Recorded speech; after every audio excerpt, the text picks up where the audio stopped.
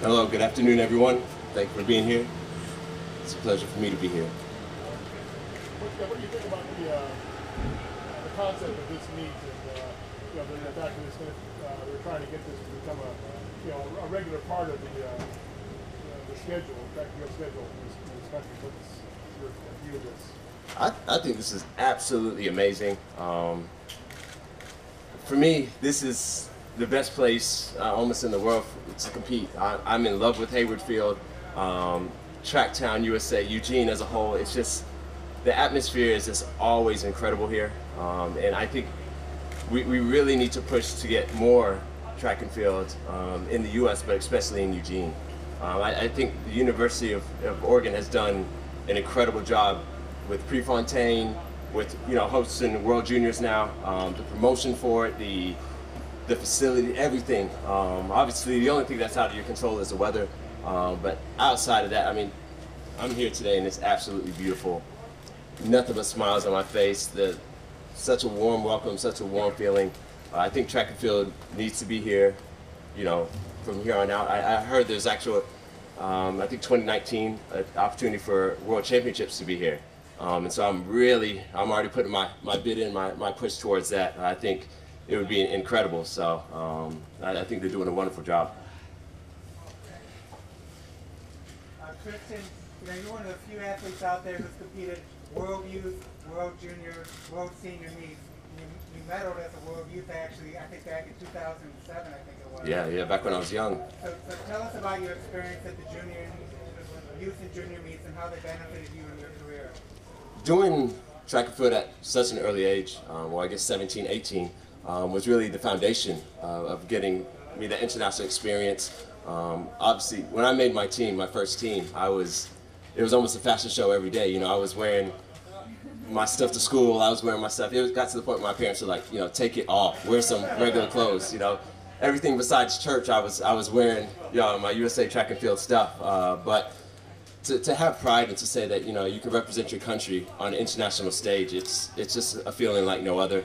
And I think, being able to do that stuff, like I said, at that stage is really what lined me up to the confidence I took going into the senior stage. It wasn't new for me. It wasn't that I was just competing at the national level or even the state level. I could say, when I was going to high school state champs, where I said, well, I was already in Czech Republic last summer.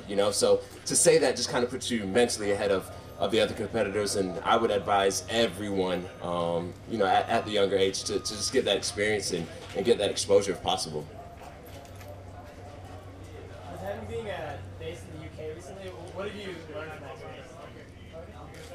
I've learned that being closer to the competition is definitely an advantage.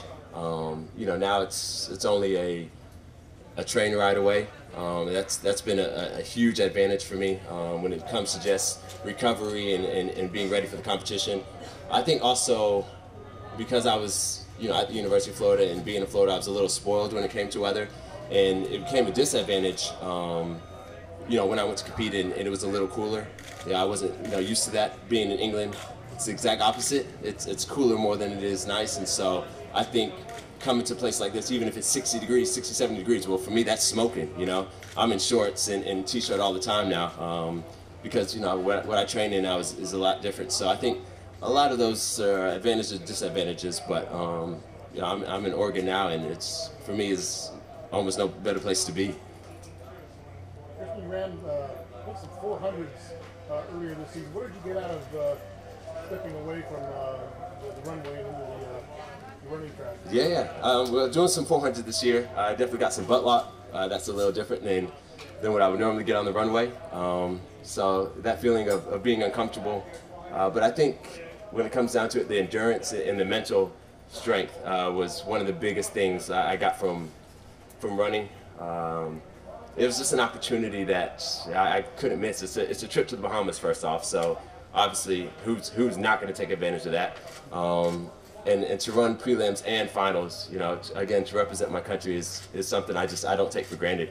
I'm so grateful for the opportunity, and I think, like I said, the biggest thing would probably just be the mental aspect, knowing that I can go 400 meters with the best people in the world. When I run 40 meters now down the runway, it's, when I finish competition, it's almost like, you know, that's it, it's over. So I think it's something I'd like to do, you know, furthermore in the future, and you know, just get stronger at. How excited are you about going off a longer approach? You've been jumping really well off a short approach so far this year. Yeah, no, it's very difficult, you know, holding myself back. It's been a big transition, you know, with changing the feed and working on a lot of new things. But next year, you know, it's just kind of going to be that untapped potential that it's a huge question mark. I have to say it's that borderline of being scared and overly excited. I didn't think I would be anywhere as far as I have come this year, and on a consistent basis also. I think consistency was definitely the key. Staying healthy obviously is very important, but you know, it's World Championship year, and it's you got to bring out all the big guns. You got to bring out the A game, and no one's going to be holding back on me. So that's the mindset I have to have. I have to go in saying, you know, just let it rip. And I think that's very similar to the mentality I had in 2011. You know, when I came out with my first World Champ, I just said, you know, you just put all the cards on the table, and whatever happens, happens. But you have to risk it all. You know, you have to be comfortable with being uncomfortable, and I think that's something I've really learned this year.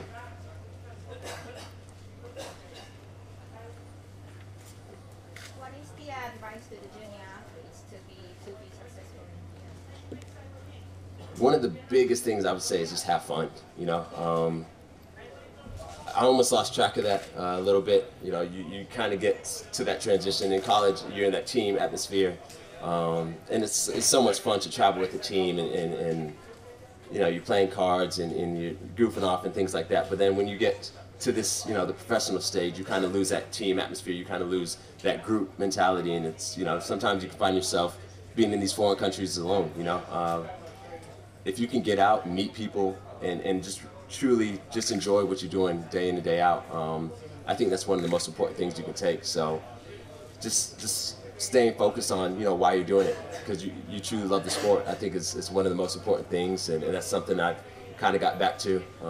Like I said, being able to go to the Bahamas, I was on the beach jet skiing and you know, doing things I probably wouldn't normally do, but it's just about having fun. You know, that's what it all started out when I first began, and it was just doing what I love. And so now I think getting back to that, it's showing in my results. You know, I'm winning again, and I'm jumping far, and I'm running, you know, fairly fast. So I think all those things, you know, incorporated is one of the most important things you can do. Time for one more question. How good a triple jumper do you think Rashawn Merritt would be? If you were in the 400 meters and you were triple jumper. Yeah. No, I don't think it'd be a fair swap. You know, he's kind of heavy. So, you know, sorry to his coach, but yeah, I think he might be a little too bulky for the jumps. But he's got some speed, so I think it'd be interesting. You know, you have athletes like Ashton that would throw you off. Ashton's, you know, also pretty good, pretty big too, but he can long jump, you know, with the best of them. So I don't know. I think it would be interesting, but hopefully he's not trying to come up there anytime soon.